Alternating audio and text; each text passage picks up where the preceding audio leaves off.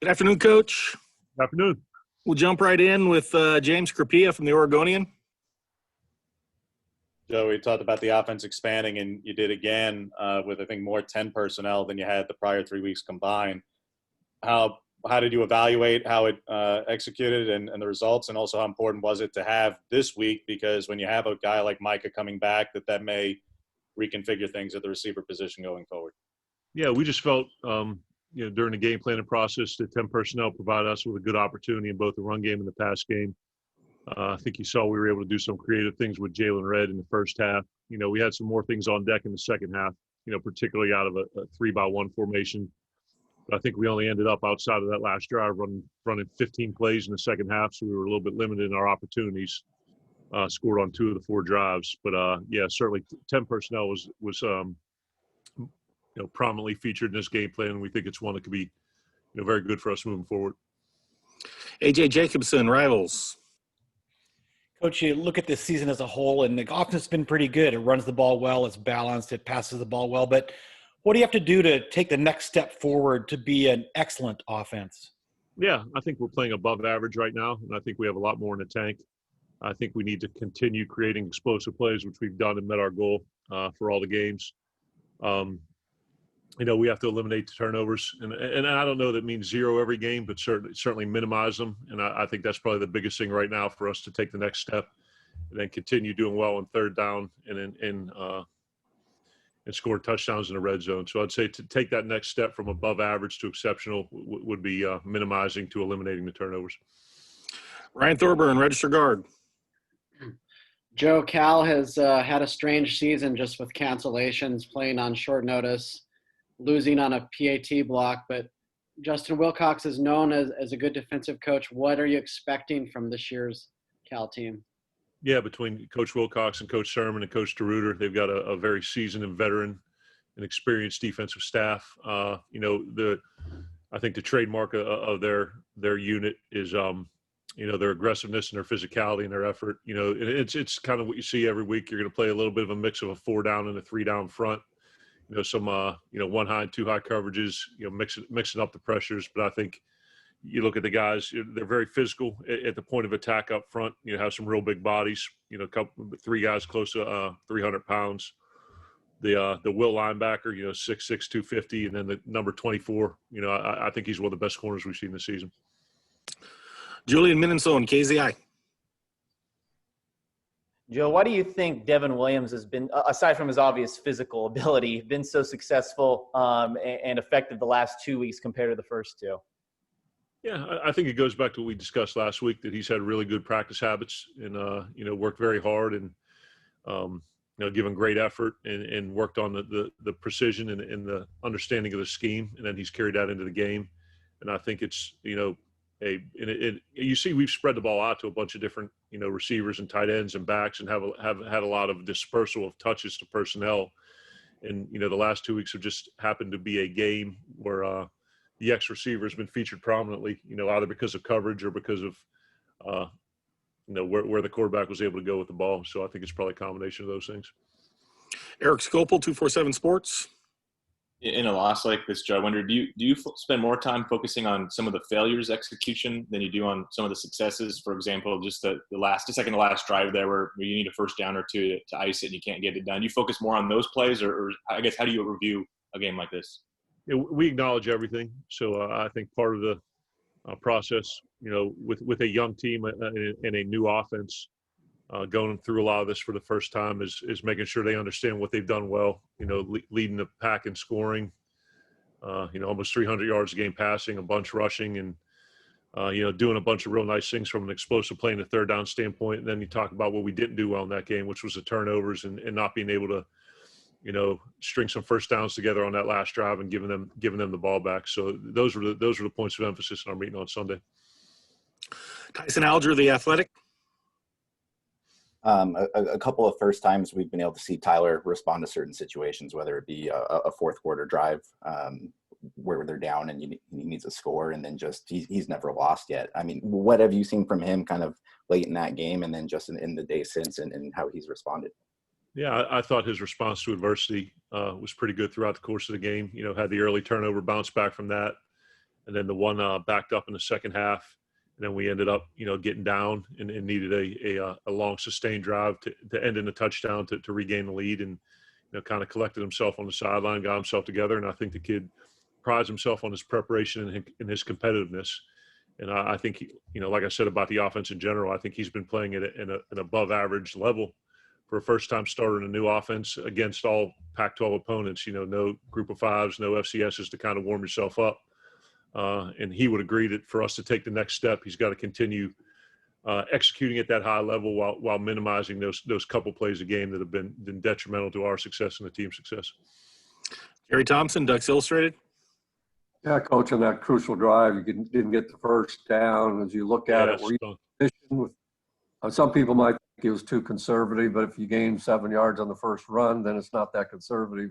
But were the plays the ones that you wanted to call, and did you have the advantage, you think, over Oregon State, or they just played it better than you? What was the problem on that last drive where we didn't get the first down?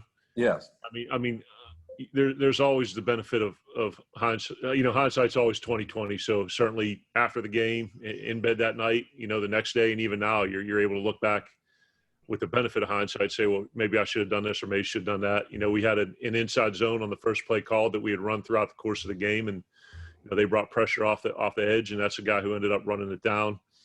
The second play, we tried to run a pin and pull to the boundary, and the quarterback got a pull read and got tackled, and we ran a over-under concept that we had run throughout the season that had been successful, and it got covered. So certainly pointing the thumb at myself first, I certainly want to make sure we're calling plays to put the kids in position to be successful, and obviously I didn't do a good enough job of that there because we didn't get the first downs.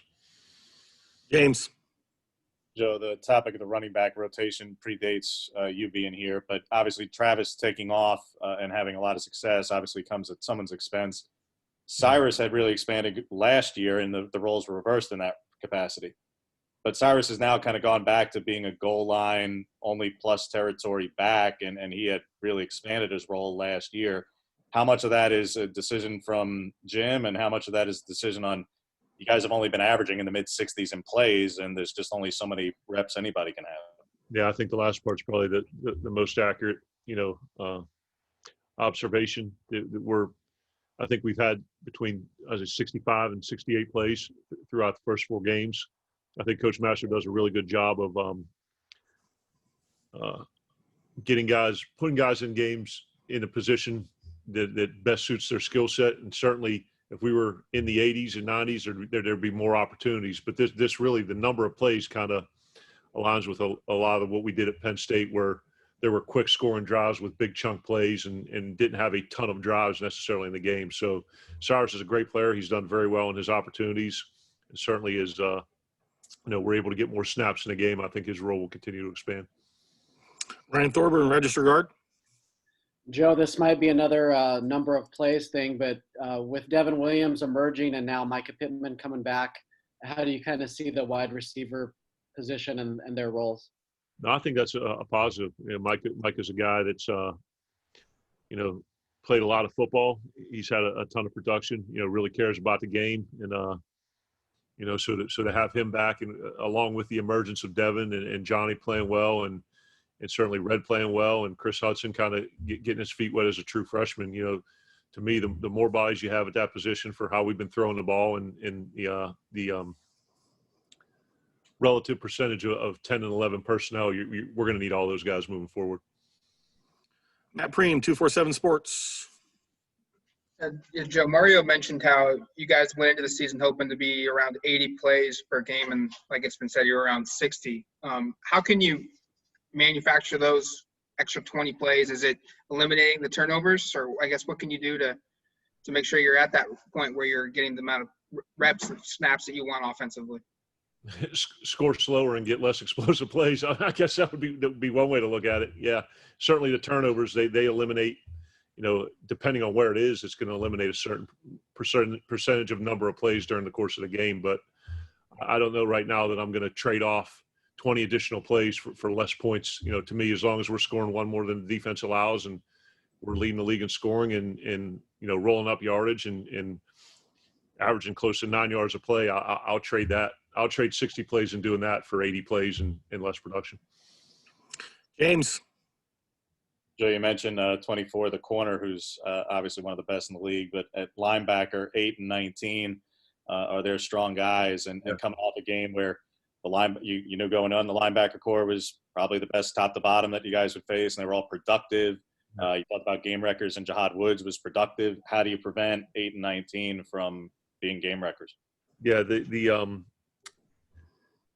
one guy's the Will linebacker. He's really unique in his skill set. You don't see many 6'6", 250-pound, Will linebackers with his length running around inside the box, and he could cover a lot of ground, and he's very physical. And we talked in our meeting yesterday about, the other guy's ability.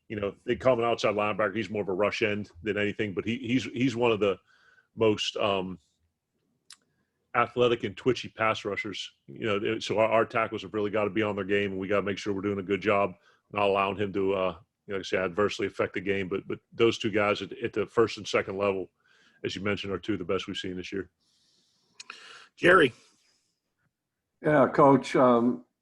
Seems like two of the big factors in your wins at the beginning of the season were DJ Johnson at tight end and Tyler Shuck being able to scramble and run the option effectively. Seemed like Oregon State, did they shut that down? What happened? And DJ didn't see, I know Hunter got in there and did some things, but didn't see much of DJ either. So just Hunter caught a hot hand, and he was playing well, had some nice receptions, did a good job blocking at the point of attack. And, like you mentioned, we were more 11 personnel and 10 than we were 12. So I don't think they necessarily, took the tight end out of the game. And relative to, more quarterback pulls or runs, he scored on the one zone read pull down on the goal line. And then a lot of those throws that you see that are reads that get thrown out to Red in the flat or get thrown out to Hunter on the touchdown, those are all reads. And whether it goes to that person or the quarterback runs the ball is dictated by the key. So earlier in the year, those people were playing the pass and we were able to run it. And now that they're folding in on the run, we're able to dump that thing out in the flat. So I don't think it's necessarily less calls for him to run the ball. It's what the person that he's reading is doing. So they've been more concentrated on taking him away. So we've been able to dump the ball out in the flat a little bit more. Coach, appreciate your time. Okay, sounds great. Thank you, guys. Have a great day. Be safe. God bless.